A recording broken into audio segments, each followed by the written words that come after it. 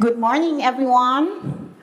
I'm Imelda Abanyo. I'm the program manager for Internews Earth Journalism Network and a journalist as well for over 25 years now. Um, Welcome to today's panel discussion on the role of journalists and influencers in redefining environmental journalism. These two groups who have tremendous power to shape public opinion, speak conversations, and drive change. But how do we balance credibility and virality, and what does responsible collaboration actually look like?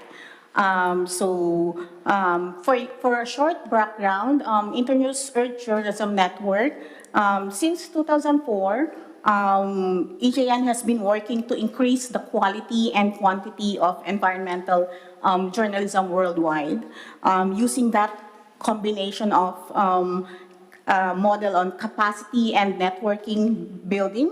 And it has now more than 25,000 members worldwide, and we have trained more than 16,000 journalists and produced around 15,000 media stories on a wide range of environmental topics. For an introduction, maybe we can just play the video for you.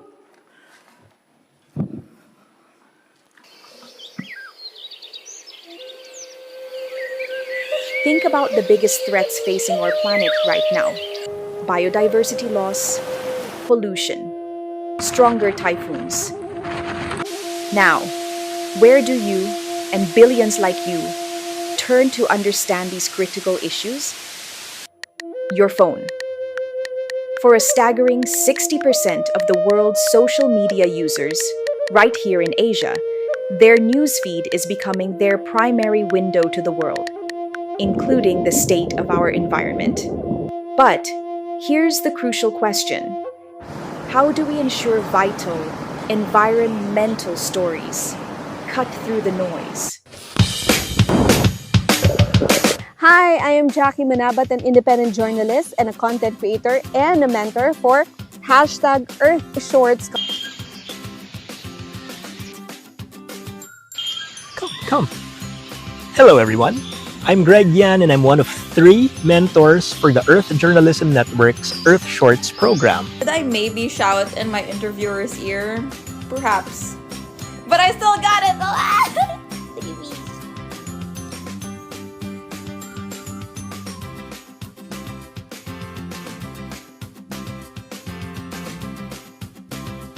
I'm Imelda Abanyo. I'm the Philippines Program Manager for Internews Earth Journalism Network and an environmental journalist for over 20 years. Earth Shorts, as we call it, is a social media pilot program which is designed for social media content creators as a way for them to collaborate with journalists on climate resilience and environmental issues. And you can help us save the planet. Come on, pass up. Well, I think it should go both ways, that we journalists, we learn a lot from content creators on how to connect with the audience we have lost and those who are experiencing news fatigue. And for content creators, I think they should also learn from us journalists on the accuracy, discipline of verifying even a little bit of information that we put out.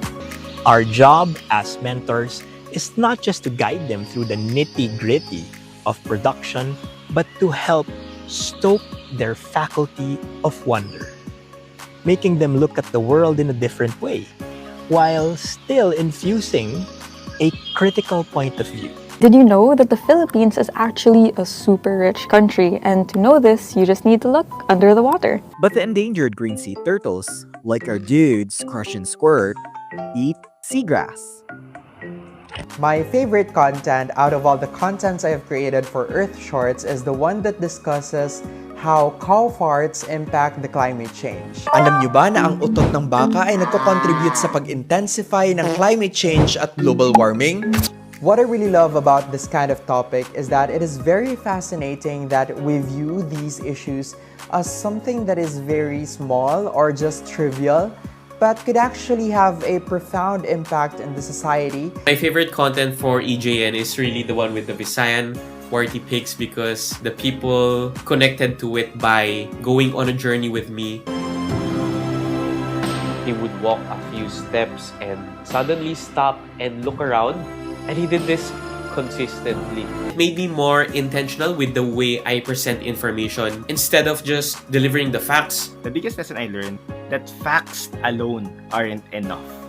Our audience needs to feel the sense of urgency through compelling narratives and relatable call to action. Zero Waste Challenge sa pizza, posible nga ba? Making complex issues more relatable and within our brand, and also how to do fact-checking. Previously, I struggled to embrace my niche as a hyperlocal content creator, focusing on my city. However, through lectures and lessons from our mentors, I was able to find my direction in content creation, and I couldn't be happier about it. Nai-imagine nyo ba na ang mga basurang ito dito sa Kalahunan Landfill sa Iloilo City ay maaari ng tuluyang mawala? Fact-checking, proper script writing, well-planned content, and effective storytelling are some of the fantastic results of my fellowship with Earth Shorts. When I met my co-fellows, I thought to myself, this is the future of content creation of the Philippines. By cutting, I actually mean pruning. Trimming young trees helps them grow stronger, prevents disease. And we may be coming from different backgrounds, from food science to marine biology to traveling, etc., etc. But we all glue for one mission, and that is to add value. Since Earth Journalism Network is a global project, we aim to replicate this content creators and journalists' collaboration in other countries or regions in the coming years. Replicating successful collaborations between journalists and social media content creators is, of course, crucial for scaling climate awareness, combating misinformation, and inspiring action. Ayan na, ano? Come. Let me explain something. They treat it like a family business. Hello. Jungle in the West Pacific. Tamis. What plants am I gonna? Philippines is said to be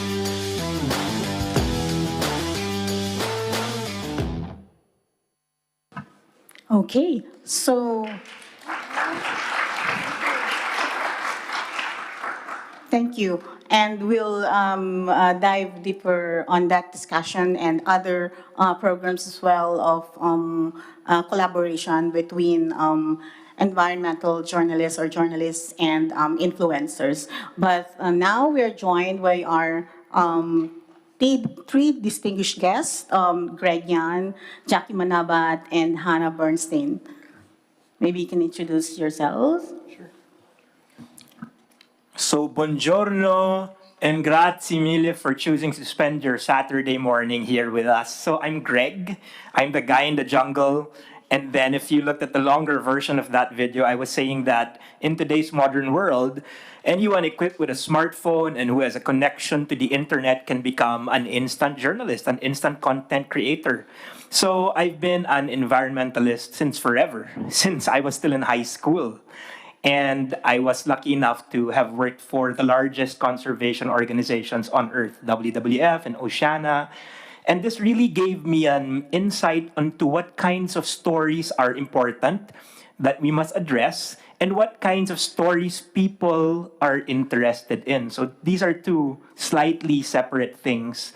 And then we really chose 8 different content creators because each of them brought something different to the table. So we hope to share what we learned and to maybe spark a dialogue with all of you because we're sure that all of you have also worked with content creators in your own fields and that we're sure you also have some good ideas on how we can all move forward as an industry. Thank you. Jackie? Hello, I am Jackie Manama. Thank you for being here. I know it's hard to, spend another day in a panel on a Saturday, and the place is so beautiful. And yeah, sorry, Greg, I had to cut it because we only have limited time for the video. But you were great. So yeah, I edited that video. I produced that for Earth Shorts. So I think it encapsulates the mission and the vision of Earth Shorts. So I'm Jackie Manabat. I'm an independent journalist and a content creator. I'm the first journalist in Southeast Asia to leverage the TikTok format, the vertical infotainment format, to tell news stories. So I worked in the biggest traditional media in the Philippines for 17 years, and then I quit over a year ago to create my own startup, to create my own creative lab focused on mentoring future storytellers and content creators. So I'm also awarded as one of the 10 Filipino game changers in 2024. And yes, I'm a finalist of the News Creator Awards here in International Journalism Festival. Hannah?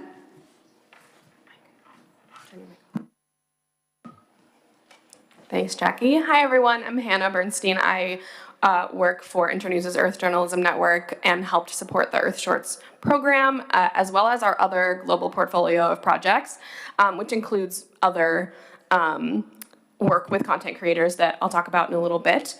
I'm a former journalist that then moved into journalism support work and program design, so I'm excited to talk more about our forward-looking goals and also hear from all of you, because I really want this to be a two-way conversation to hear what you all are thinking about this issue as well. Back to you. Okay, but let's start with you, Hannah, because Internews Earth Journalism Network has been working with new programs that brings journalists and influencers together, including such as Earth Shorts.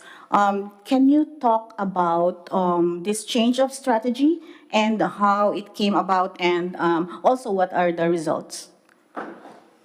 Yeah, absolutely. So obviously this isn't a new issue. Content creation has always been part of the information ecosystem, but I don't think that organizations like ours have necessarily responded always that well or quickly enough to the changes in how people get their news. And so a few years ago, we were able to secure funding that was unrestricted, and we decided to pilot a few programs that would enable us to try things like this and hopefully identify proof of concept to then be able to generate more funding for these types of programs. That includes Earth Shorts. It also includes work in India, where we are working on renewable energy and energy transition related journalism, and also work with citizen journalists in the Amazon and things like that. So it has been something that's been a part of our work the last few years. And in particular, we chose the Philippines for Earth Shorts because we have done a lot of past work with newsrooms and influencers there. We have strong networks there, and also they are voracious news consumers, and you can see that if you watch the Earth Shorts creators' videos, which I recommend you do. And we learned a lot from Earth Shorts. Every pilot program, there's lessons learned, there's things you would do differently. And I think a big thing is that there's a stigma about influencers that journalists often hold. This idea, and we held it too, that we did an open call for influencers, and we were thinking, what's the incentive? Like, will they really apply to do this fellowship? Is it really interesting to them? You know, and we kind of doubted it even as we were the ones running the program. And I think the stigma is that, you know, influencers don't want to be ethical journalism producers or ethical information providers. And it's absolutely not true. And we've proven that with these several programs, that there actually is a really big appetite for learning these kinds of skills.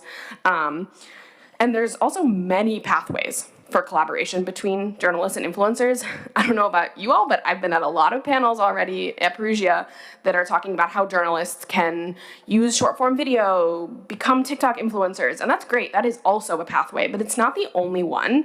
And so I think something we really want to get across today is that there are many different pathways for this kind of work. There's many ways it can work, and we want to talk about that today and also hear from all of you on, you know, possible collaborations you've seen done well or not well, and your experiences in this ecosystem as well. I see you nodding, Jackie, because Jackie has a very interesting path for career. But how did you transition from traditional broadcast journalists into influencer space? What did you learn? How did I shifted? I think that epiphany happened when I was preparing for a television live report in a major transport hub in the Philippines. And then a group of people approached me, and then they said they recognized me and wanted to take pictures with me.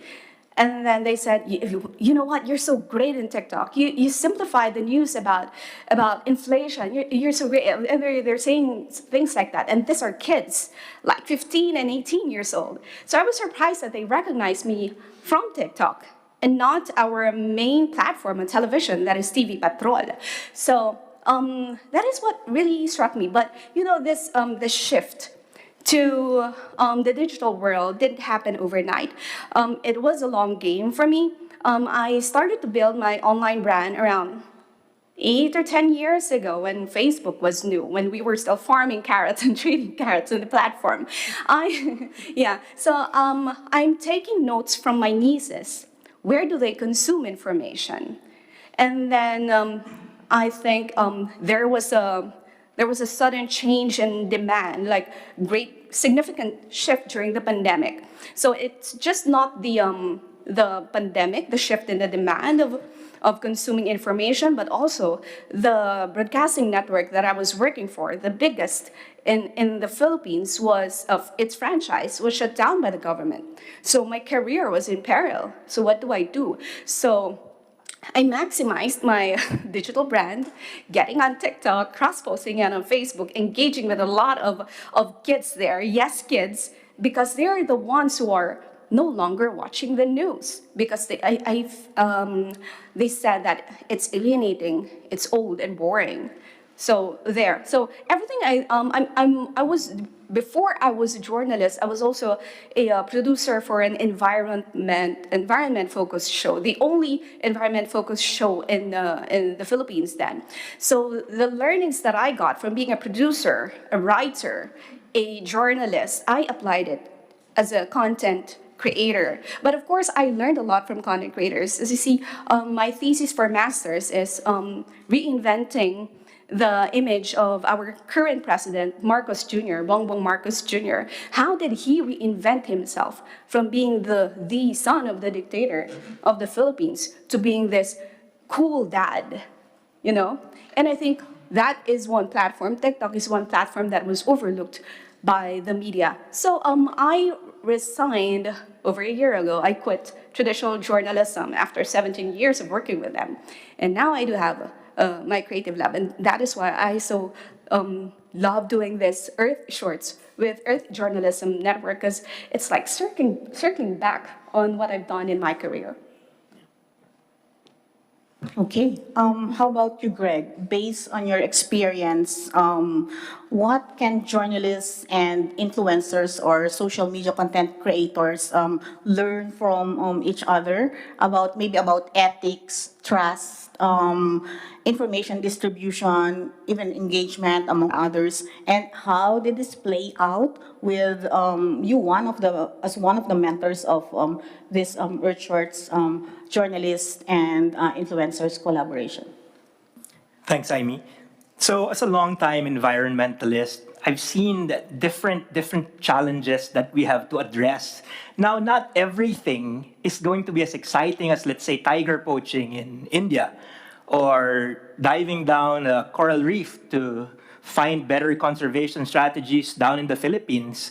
A lot of the issues that we face and that we need to make solutions to are actually pretty boring to the normal user of the internet. And so 20 years of also crafting stories has made me realize that it really shifts. The interest of people kind of shift over time, and there's always a flavor of the month. Now, the thing with environmental solutions is that the people who know what must be done, the technical experts, the scientists, man, they're not always the most charismatic people to share the solutions. They kind of get mired in the nitty-gritty of things. And so my role for a long time was to be the middleman between technical experts and scientists to try to, laymanize all of this stuff to be able to be consumed by your average semi-bored scroller. Now, what we really found by working with these new content creators is that these guys have spent a lot of time and coin and treasure and a lot of effort in trying to find a creative way to engage their audience.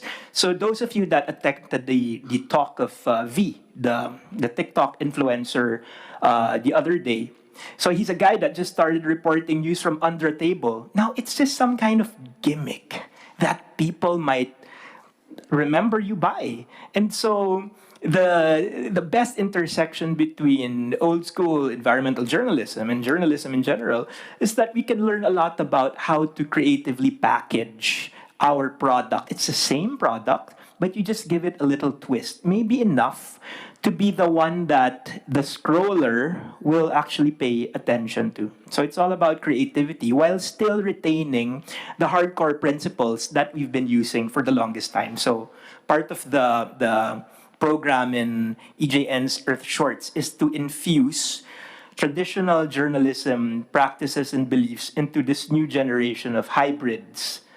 And then if we don't do it, then they're going to keep doing their stuff anyway. So, it's best to try to guide them the right way. And so far, we've had pretty good results from it. Thank you. Before I open up the floor for questions, I'd like to ask one more question because in the past few days in some of the sessions we've been discussing about misinformation, disinformation, and how journalists and influencers or social media content creators has been collaborating. I'd like to ask Hannah, what role do these creator journalist pathways play in combating misinformation and disinformation and improving access to evidence-based information? Yeah, I think it's a really important part of this story because as much as I think traditional journalists want our content to be the content people want to go to, we live in a new digital ecosystem and we will never go back. We will just move forward into newer and newer types of information distribution. And so I think we can't ignore the role that content creators play, both in producing misinformation often, very often, and as Jackie mentioned, the way that governments have also used these new digital platforms to disseminate propaganda about themselves. But also the role they play in combating it, which is not something I think I have seen enough discussion on. Because if content creators, as we determined with Earth Shorts, are genuinely interested in gaining ethical journalism skills, understanding how to fact check, how to use things like user-generated content and verify it appropriately, and all of these other things that journalists are taught, they are actually interested, and if they learn those things, then the content they produce to an audience they already have is going to be so much better at combating that misinformation than honestly anything a journalist might produce for mainstream media because their audience is already trusting of them. And so I think it's important for journalists to learn how to use digital tools to become content creators if that's something that you're passionate about. But I also think we need to leverage the influencers that already have robust audiences who are interested in these issues. And I think what was so interesting with Earth Shorts is that these creators had their own niches already, their own audiences. Travel, food, like things to do around a specific city. There was a marine biology person. So all these different niches. So there were already people following who were interested in those things. And all that these influencers needed was a little push to understand these important skills.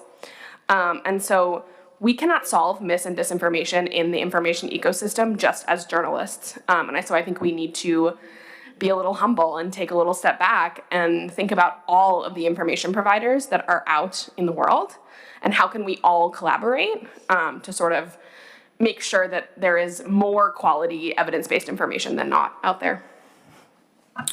Okay, but Hannah, is there a plan as well to expand this kind of model to other countries or even regions? Yeah, so that's actually a big part of this panel is we have a relatively solid proof of concept that this worked in the Philippines. And now what I'm really trying to build is resources, ideas, other pathways, researching what other organizations and newsrooms have done, and so that we can build, I think if any of you have been attending any of the sort of funding related sessions lately, there's been a lot of talk about collaboration, a lot of talk about, someone used the phrase mutual aid, which I really liked. And so I see this as part of the next step of how we're going to navigate the lack of financing that is currently impacting all of us. Is we don't have to reinvent the wheel. Not every journalist has to become a creator. Not every newsroom has to do this in exactly the same way or do it from scratch every single time.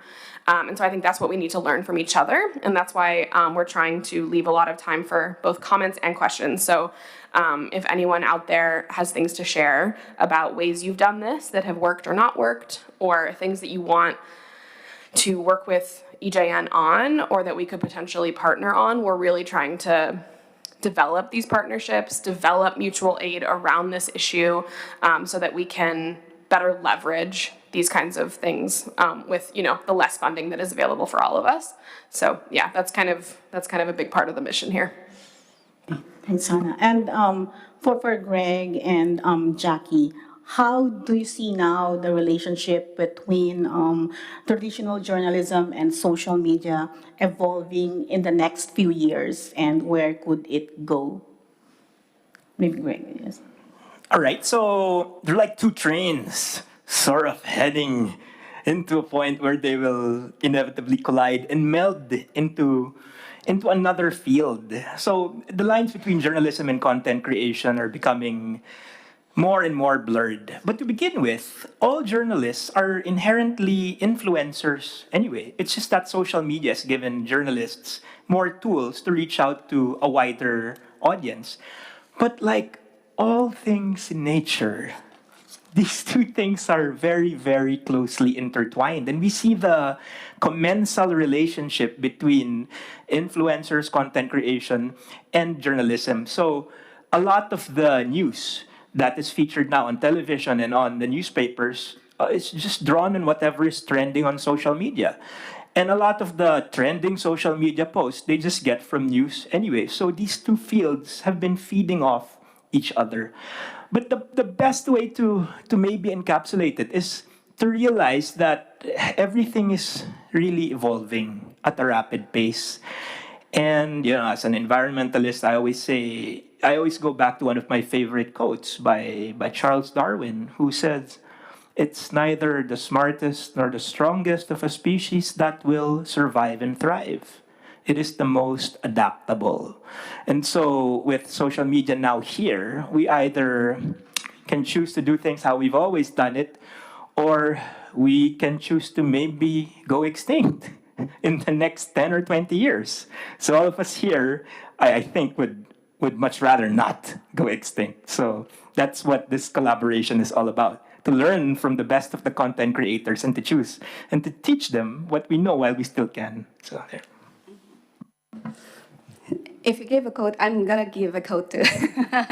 If we change nothing, nothing will change. There are a lot of changes, and we cannot put this social media, this digital media, this AI, or these technologies back in the bottle. So I think the relationship between traditional journalism and social media is in a constant flux. It's marked by increasing integration and convergence.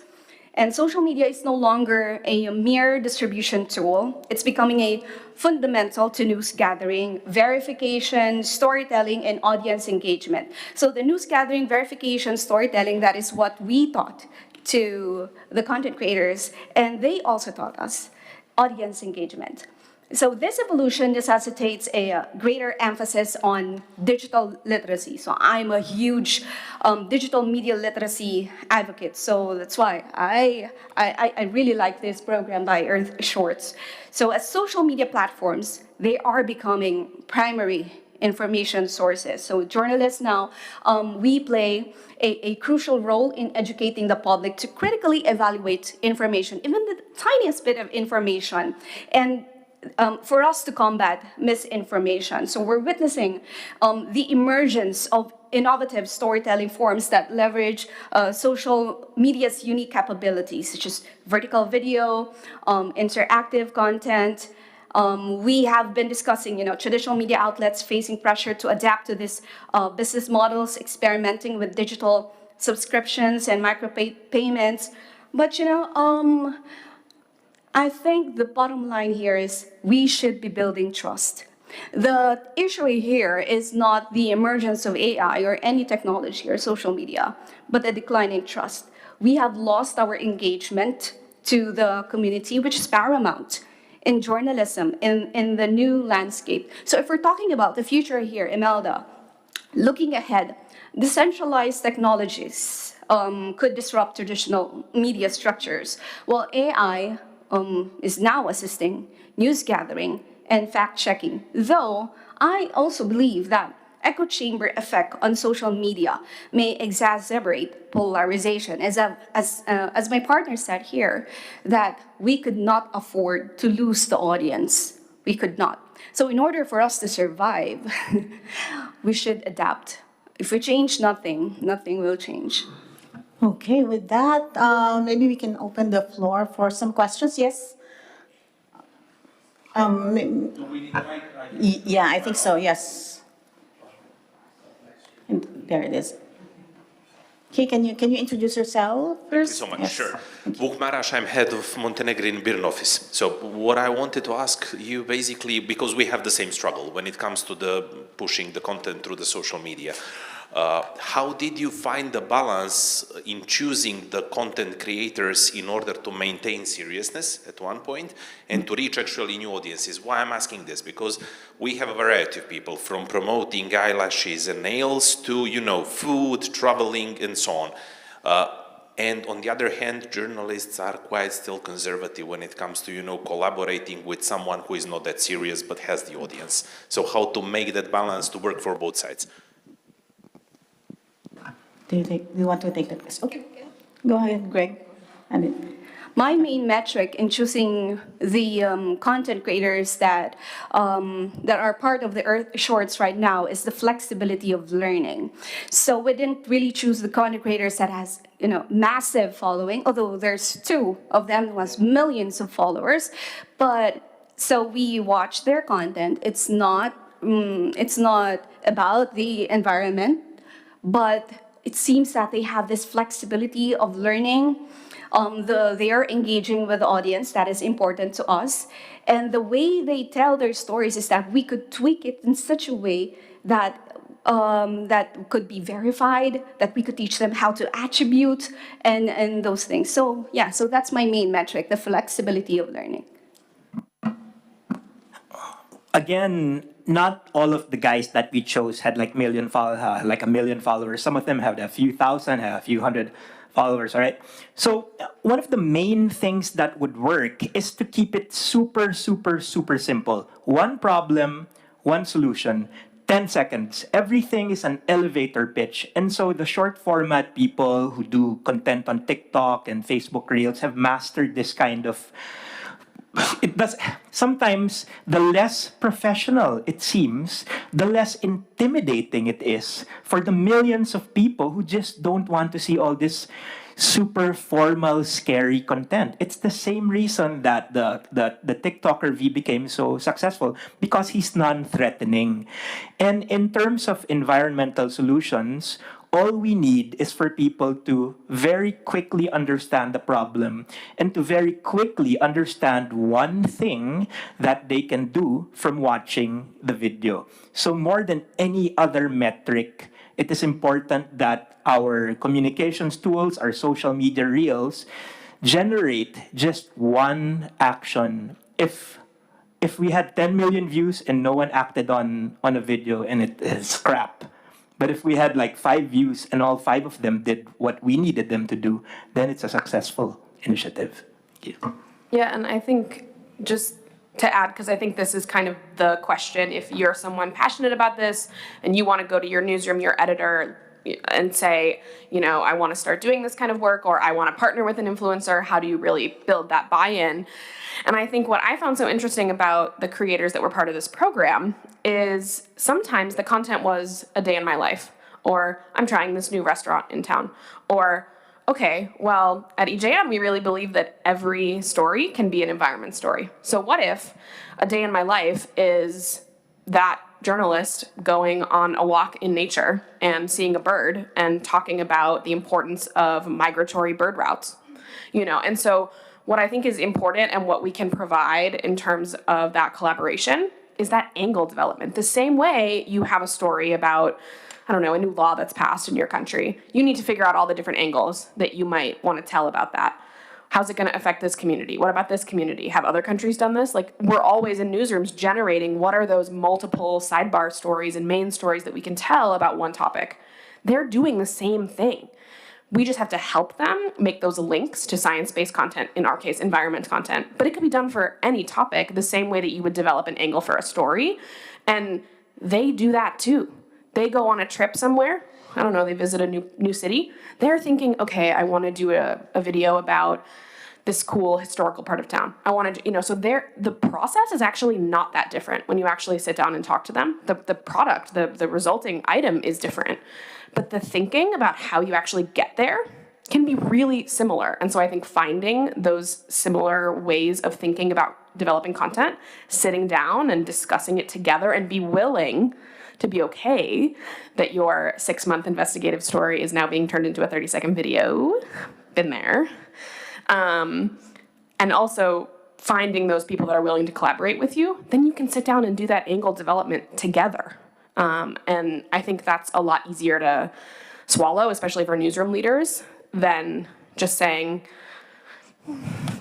day in my life, get ready with me. Because those can actually be hooks to talk about important issues. You just have to find what that connection is.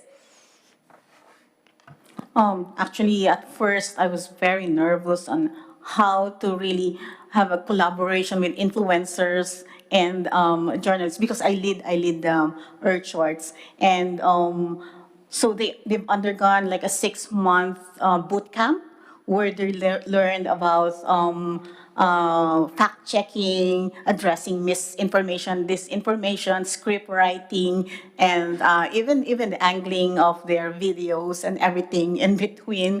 So they've learned. I mean, Greg and Jackie also learned from them, as well as the creators, as you see it in the video. So it's really a long process, but I think it's very, very interesting and productive. Yes, Jackie, you want to add? I think the most challenging part here is that journalists and content creators, they don't speak the same language. When I mean the same language, we don't speak the same algorithm. We don't understand how engagement works. If we compare it with how they understand it, it's really a different language. So as a journalist and a content creator, there's also that, I think, an advantage for me, that I understand that they need to have this kind of creative hooks. In journalism, we call it sensationalism. So we have to, tone it down.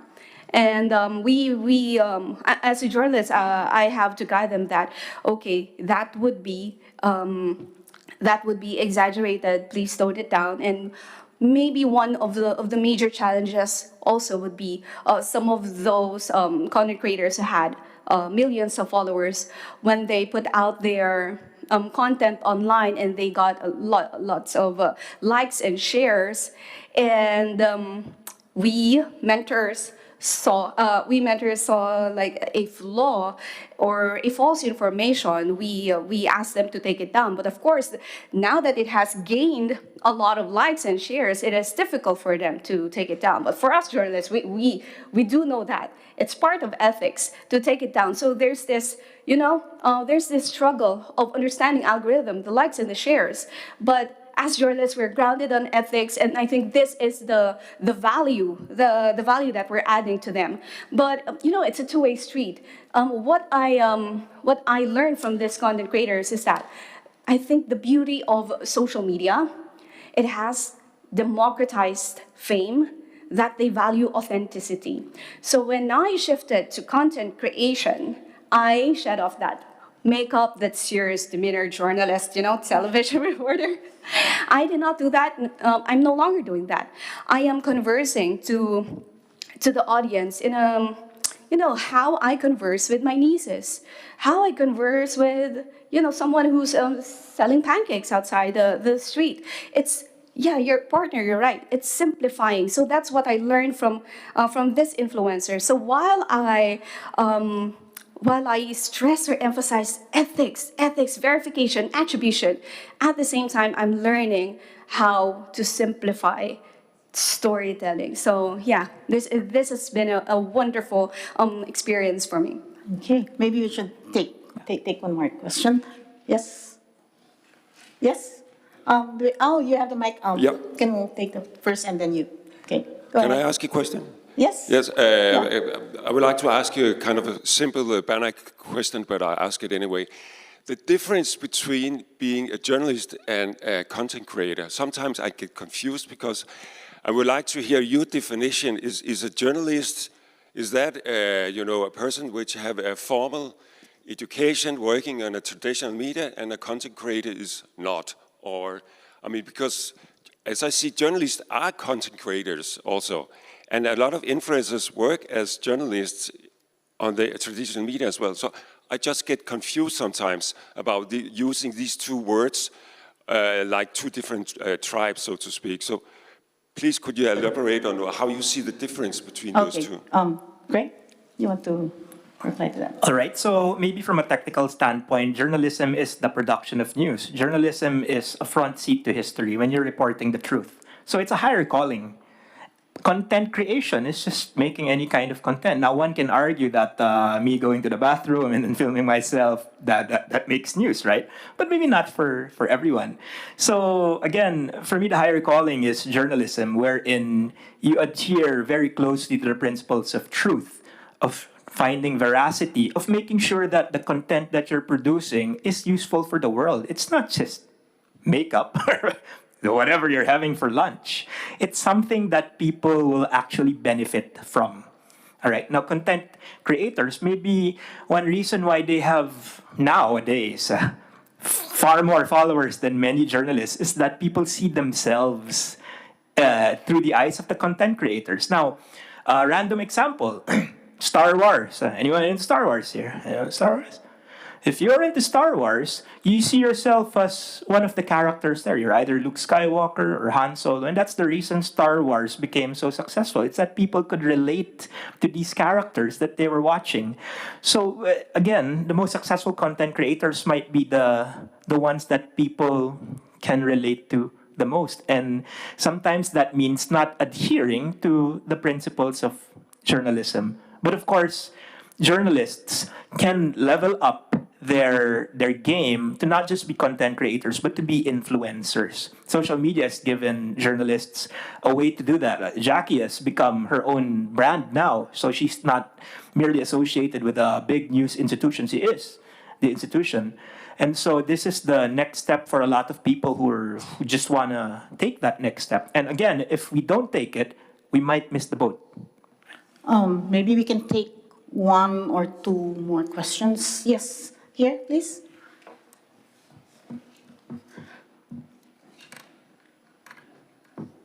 Yes. Good morning, everyone. Can you hear me? Okay. I wrote my question. So this is addressed to Jackie. Jackie, you are part of the largest broadcast network in the Philippines. And as we know, it was shut down by the government.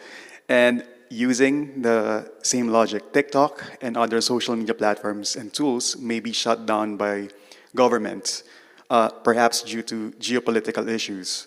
So aside from journalism values, what other ideas do you give to your fellows to future-proof them and also to make sure that your admirable initiative will carry on?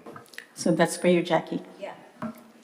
I always say this to my students, never limit yourself Never limit yourself to one platform. Be ambiguous. Be out there.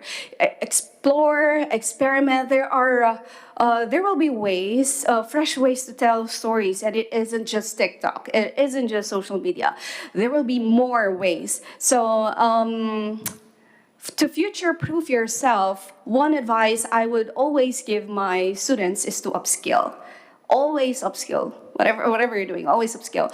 And when you mentioned when it was shut down. When it was shut down, I'm all over social media by then. I already have my own website. So that's one way of, I guess, future-proofing yourself, because we won't be talking about TikTok, the social media in 5 or 10 years from now. And regardless of the platform, regardless of these innovations, what I think should remain are the tenets of journalism, ethics, the way we attribute our information, the way we verify our information, and the stories we choose. We have to still be the voice for the voiceless. So that's it. So upskill, but be grounded in ethics. Okay, maybe we can take one more question. And anyway, our colleagues will be here for the full day. But yes. Hi. I was just wondering, I've seen lately that we are talking a lot about collaborating with influencers. And I just wonder how is this impacting also like young journalists, for example, those who start first getting an education in journalism, but that also are they know very well how to use social media. They know about the algorithm. They just don't have the followers probably or the reach that probably the news media want. And I just wonder how is this impacting, like, I just keep thinking like, why not also doing it the other way around? Like, instead of, it's not instead, we could still be educating news influencers, but why not also having young journalists working with influencers to maybe be more like how to do that kind of creation you are looking for. I just keep wondering, like, it feels like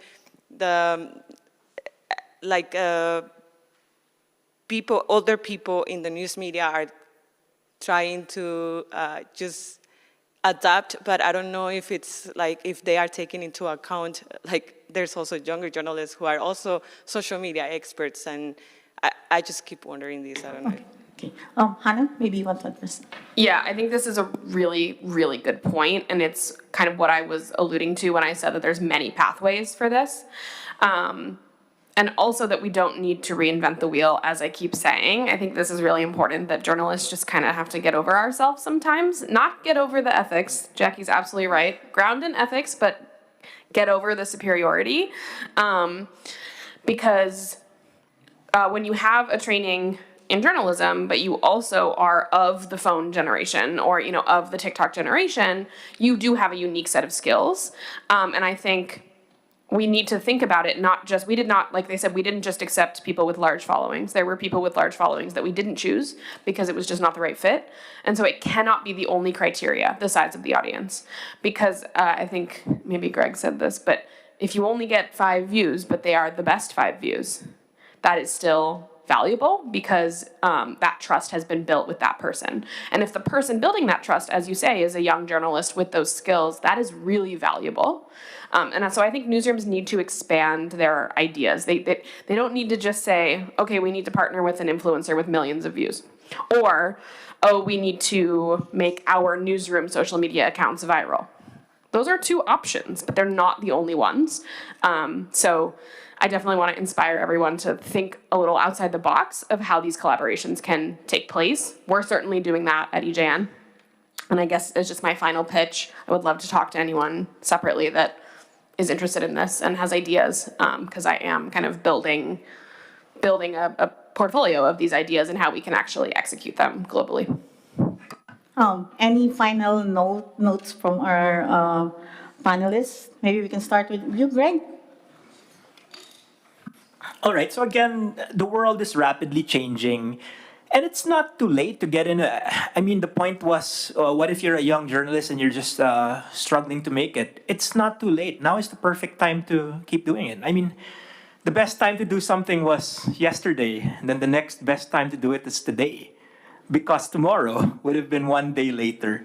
So don't be afraid to jump in on the bandwagon and build your follower base, or to engage with the content creators, or to infuse traditional journalism practices now. Now is just really the best time to create a hybrid that people will be, I hope, still be calling journalism in the next 10 or 20 years. Whatever it is, that format will be how people absorb information over the next years. And all of us here have a very, very important role in making sure that that is still ethically grounded, not ruled by AI, not ruled by hidden agendas, but ruled by what taught us to become journalists and to report on history in the first place, just to find the truth. Thanks, Greg. Very quickly, Jackie and Hannah. Okay. My takeaway from this festival is that journalism, I heard this from the Where's the Money panel, journalism should not be defined as a profession, but as a function. So we constantly evolve, even way before television. We have been constantly evolving, so do not be afraid to explore, experiment, because we have to be where the audience is. We have to be where the battle is. Okay, Hannah? I'm good, we can end. But if anybody wants to talk to any of us, please do. Okay, thanks to all our panelists, and thank you, everyone. Let's continue to have this discussion. And if you want to know more about our projects, please do visit earthjournalism.net. Thank you.